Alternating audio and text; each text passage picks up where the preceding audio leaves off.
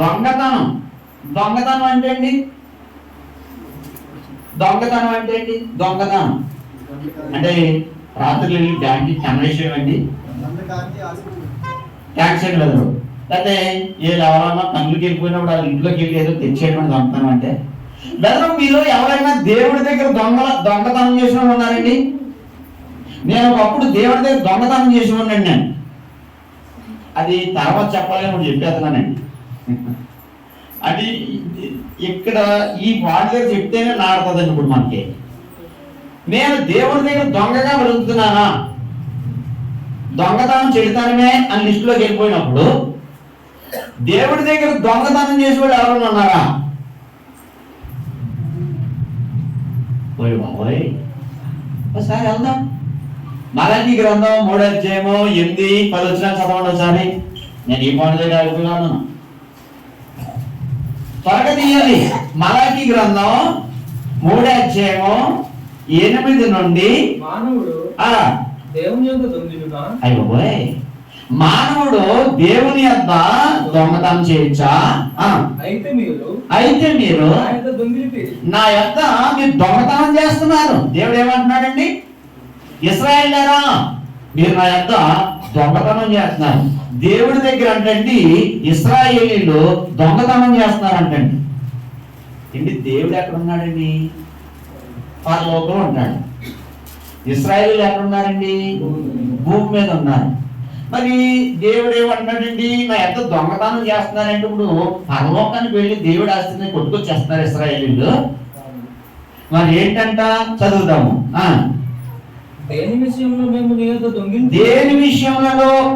నీ యొద్ద దొంగతనం చేసాం. ఇక్కడ ఈ మలాకి గ్రంథం ఎలా ఉంటదంటే అండి, ప్రశ్న జవాబు ప్రశ్న సమాధానం కింద ఉంటదండి. అలా తిరుగుతుంటుంటదండి సైకిల్ చక్రం లాంటిది.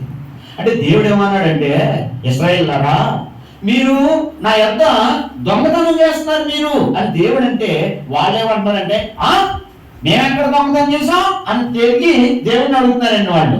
దానికి సమాధానం మన దేవుడు చెప్తున్నాడు చూడండి.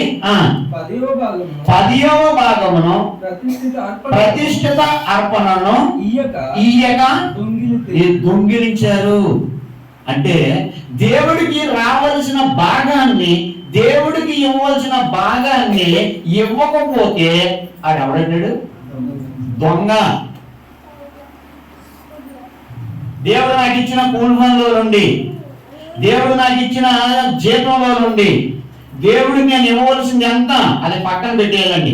పక్కన పెట్టి ఆదివారం తెచ్చి కానుక వేయాలండి.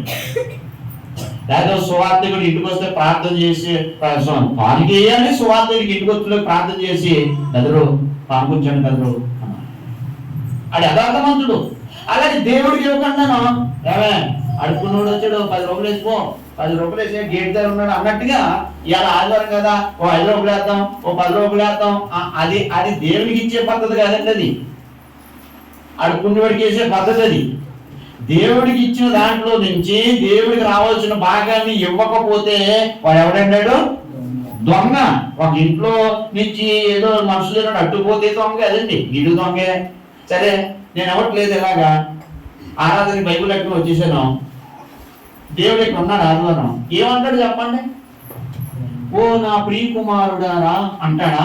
రారా దొంగ రారా అంటాడా? ఎలాగ ఆహ్వానిస్తాడండి ఆదివారం? రారా దొంగ రా, ఎంతకాలం దొంగతనం చేస్తున్నారో రారా నువ్వు అంటాడండి. ఎవరు అన్నండి?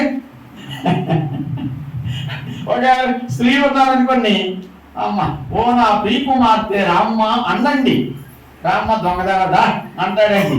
అలాగే మనం అది దుష్టకాల పరిస్థితి అండి. అది ఇలాంటి పరిస్థితుల నుండి విడిపించబడిన వాడే దేవుని ప్రజ. ఓ దొంగోడు దేవుడు కుమారుడవుతాడండి, ఓ వ్యభిచారి దేవుడు కుమారుడవుతాడండి, ఒక పక్షపాతుడు దేవుడు కుమారుడవుతాడండి, ఒక అబద్ధికుడు దేవుడు ప్రజ అవుతాడండి. అవడు